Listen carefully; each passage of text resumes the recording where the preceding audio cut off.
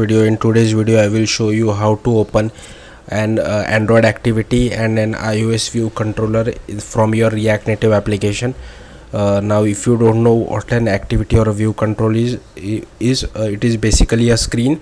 First I will show you guys an output so that you can get an idea. So once I click on this open button, it opens a new activity. Again means a screen, and for iOS again I click on open button, it opens a new view controller. So yeah, let's get started. So I will be of course using the new architecture, and to enable the new architecture you can just search for new arc enabled for Android. So I will just search for new arc enabled, and in gradle.properties you have to make this is true. And for iOS you have to open your terminal, cd to your project, and then cd to iOS directory, and then run this command. Okay, once you do that, we will be making use of turbo modules. So if you want a more detailed explanation you can go through these docs, but I will quickly go through this because I have already explained this many a times. So first of all, go to the main Android folder, go to build.gradle and add this Kotlin version as well as this class path. Next you have to go to app, build.gradle, you have to add apply plugin Kotlin Android, as well as you have to add implementation of Kotlin standard lib. Next what you have to do is go to create this folder called rtn my screen. Inside that create an Android folder, inside that create build.gradle file. Now I have copied this from the documentation.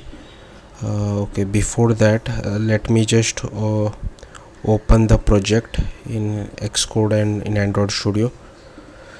So I have copied this from the docs, and only I have added this Kotlin Android as well as Kotlin standard lib, and this thing has been changed. Next, inside src I have created all this folder main java com rtn my screen. First we have to create my screen package.kt. Again this has been copied from docs, only this name has been changed and this has been changed, my screen module. Okay, everything else remains the same. We'll just select our folder. Okay, what was it? Run app, Android, open.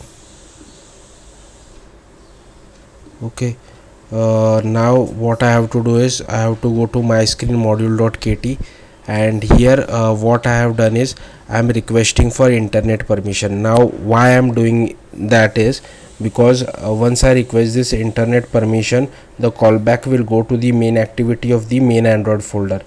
The reason for that is you can't write the code to open the activity from a turbo module itself. Like I have tried, if you try to call the second activity from this code here, it tells you that do you want to add a circular dependency, and the circular dependency causes lot of issues and bugs, which is not correct, and it will never work for your case.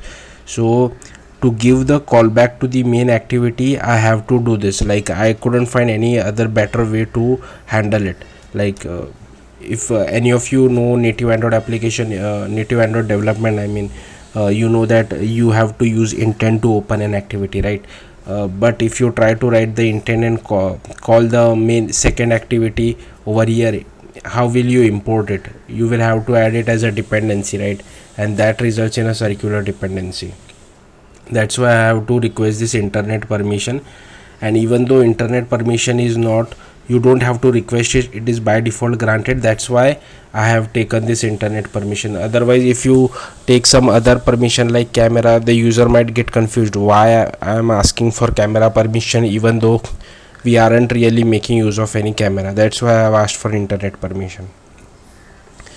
Okay, so this is what gives the callback to the main activity, and I will tell you how exactly what exactly is the code to open the main activity, second activity I mean. And next, inside the JS folder you have to create native myscreen.ts. again copied from docs. I have just added this method and this name has been changed. Inside package.json again copied everything from docs, only this name has been changed, this has been changed, this has been changed, and this has been changed. Next, inside pod spec, again copied everything from docs and this name has been changed. Next, once you do this, you have to open your terminal, go to the root of your React Native project and then run this command. Once you do this, you have to do cd ... It will move you outside the root of your React Native project, and then you have to run this command. But in that command, this should be your folder name, and rnapp is my project names, which you can see over here, rnapp. So change it according to your project name. Once you do this, again you have to cd to the main Android folder, so this one, and the command which you have to run inside your terminal is this.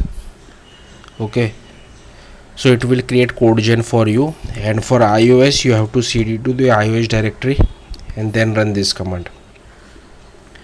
Once that is done, inside app.tsx I have just created this button, and I have imported our RTN my screen, and I am just calling the method. So that's it.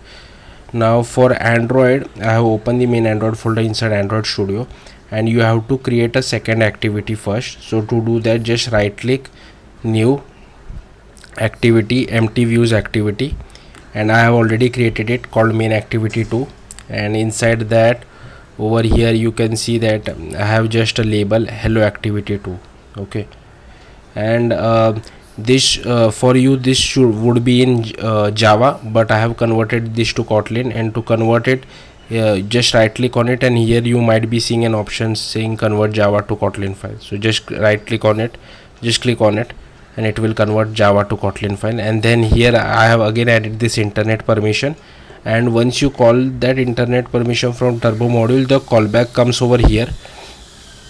Okay, and if the permission will already be granted, right, so it will definitely come over here, because user don't need to explicitly grant internet permission.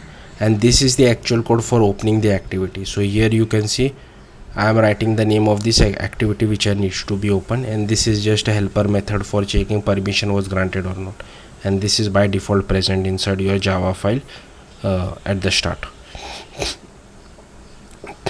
Okay, so I think that should be it for Android. For iOS, what you have to do is, first of all you have to create a Swift file called my screen, and Xcode will ask, do you want to create a bridging header? Just click yes. And inside my screen, what I have done, I have imported UIKit React, and I have created a method, and here we are initializing our second view controller. I have not told you about that, but yeah, we'll come back to it. And here this is the RCT presented view controller, which is by default present for React Native application. And then the model presentation style is full screen, and from RCT presented view controller we are presenting the second view controller over here.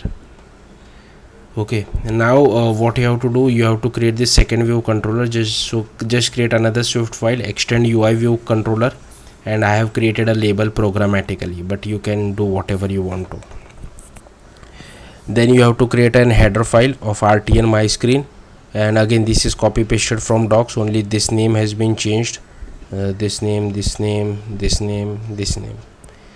And then you have to create an Objective-C file, but make sure you change the extension to .mm. Then here again copied everything from docs.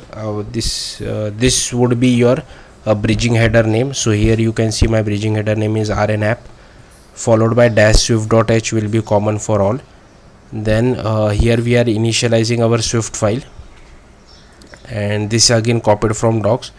And here this has been changed according to your folder name. And once we are overriding the open screen method, and we are calling it on the main queue, so we are calling the open view controller of this Swift file. So yeah, that's it. Thank you for watching. Bye.